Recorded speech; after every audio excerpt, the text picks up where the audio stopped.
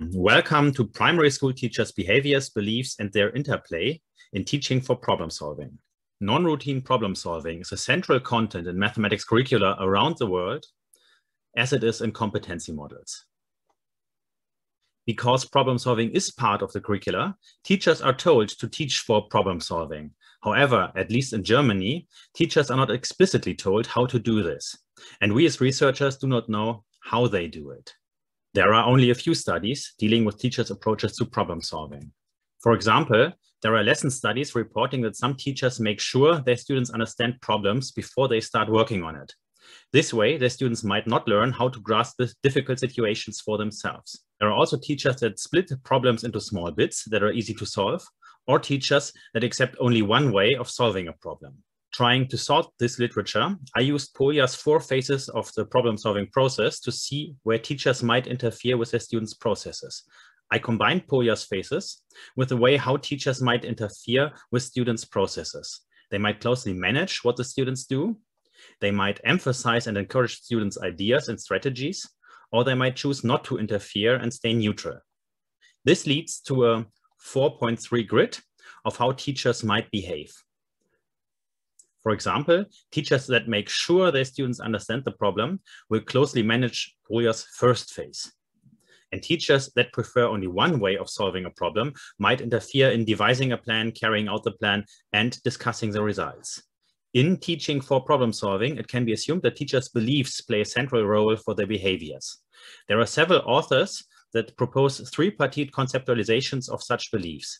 In this study, I use the terms by Paul Ernest and will only need the instrumentalist view, mathematics as a collection of unrelated facts and procedures, as well as the problem-solving view, mathematics as something unfinished, continually expanding. As problem-solving education should start early in students' lives, this study aims at primary school teachers. What are primary school teachers' behaviors in problem-solving lessons? What are those teachers' beliefs about problem solving in mathematics? And what is the interplay of behaviors and beliefs? So far, 13 teachers participated. They were asked to plan and teach a lesson about problem solving, but apart from setting this broad topic, we did not interfere with their lesson planning. The lessons were videotaped, and afterwards we conducted an interview with the teachers. Teachers' behaviors in the lessons were coded using the grid I just presented. Polya's phases crossed with managing students' processes. This works with high inter-rater agreement. The interviews were interpreted in a group of researchers. Because of time restrictions, I can only talk about 3 teachers in details. Teacher N is about 35 years old. For her 3rd grade class, she selected an empty house in numbers, she said. The students should place the numbers in a way that they fit. In this example, numbers are added in the 1st floor, multiplied in the 2nd floor, and the result is in the roof. However, the teacher did not show the solution. The students should find it on their own. The teacher has prepared different houses with easy and difficult numbers for the students to work on. Now I show the codes using the grid. She does not interfere in the students' processes, neither in understanding, nor in planning or carrying out the plan.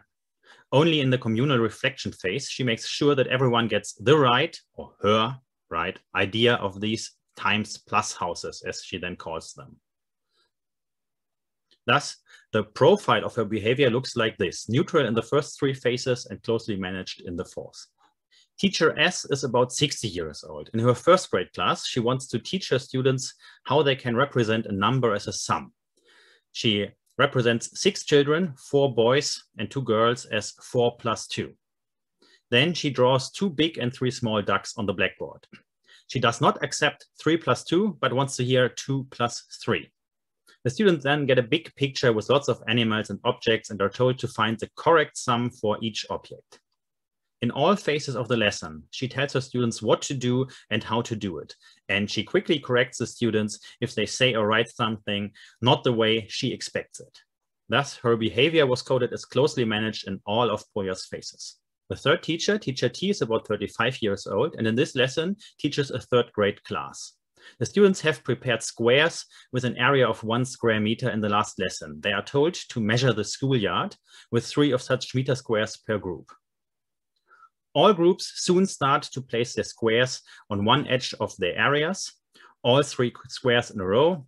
Then the last one is lifted up and placed at the other end of the line. This way, they count the number of meter squares in a line on the edge. One group then places the second and third line next to their first, whereas another group just measures the second edge that is perpendicular to the first one. Teacher T observes her pupils, but she does not comment on their approaches.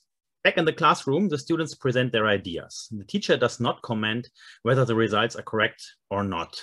Instead, she asks how the pupils have got to them. Some pupils report that they had measured the edges and identified the numbers of squares for the whole area by multiplication. Others agree and are asked by teacher T to explain this idea.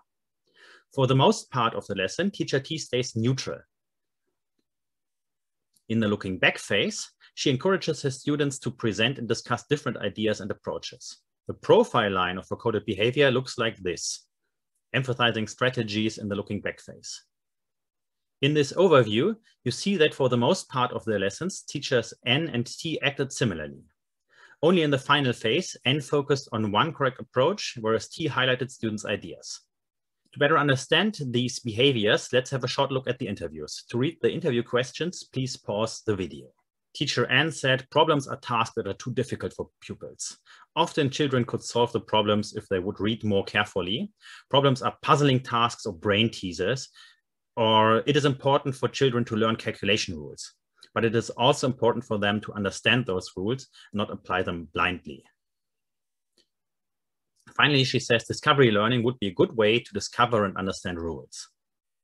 Her beliefs were coded in between the instrumentalist and the problem-solving views, with the instrumentalist view prevailing. In the interview, teacher S said, problems are very important for me. I often use them. But the way she talks about problems signalizes that almost every task is a problem for her. She says that learning algorithms and schemata is very important before you can solve problems. In this class, this would be the rules of addition and subtraction. For pupils, solving a problem is to find the correct rule to apply. She was identified as mainly holding an instrumentalist view of mathematics. Teacher T said a problem is a task for which no algorithm has previously been learned, or characteristics of working on problems are trying, making errors, and coming up with one's own strategies. I use problem solving whenever possible. For example, the videotaped lesson was part of my regular lesson plan. Of course, basic skills like arithmetic rules and knowing the multiplication table are also important. She was identified as mainly holding the problem-solving view of mathematics. To summarize, teacher N lets her pupils discover the rules of how to fill in the houses, which fits to the problem-solving view. However, in the end, she highlights the correct approach without talking about different ideas or errors by the pupils, which better fits to the instrumentalist view. Teacher S acts if there were only one correct way to approach a task, a single solution and a defined way to write it down. She only accepts solutions in the way that she expects them to be and tells the students in a detailed way how to work on tasks.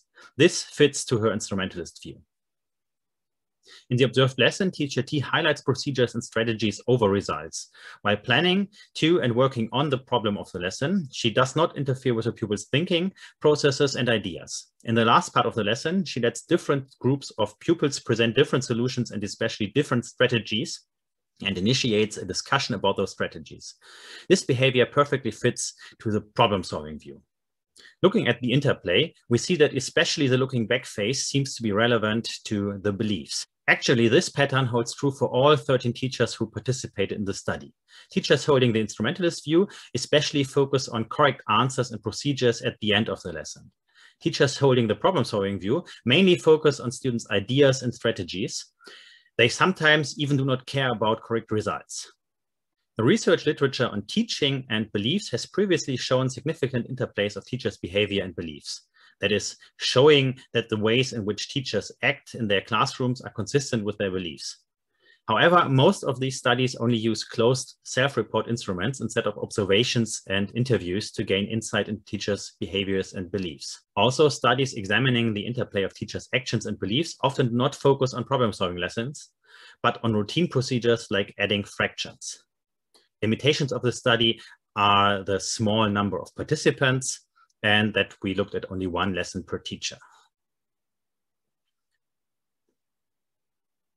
I am looking forward to discuss this research.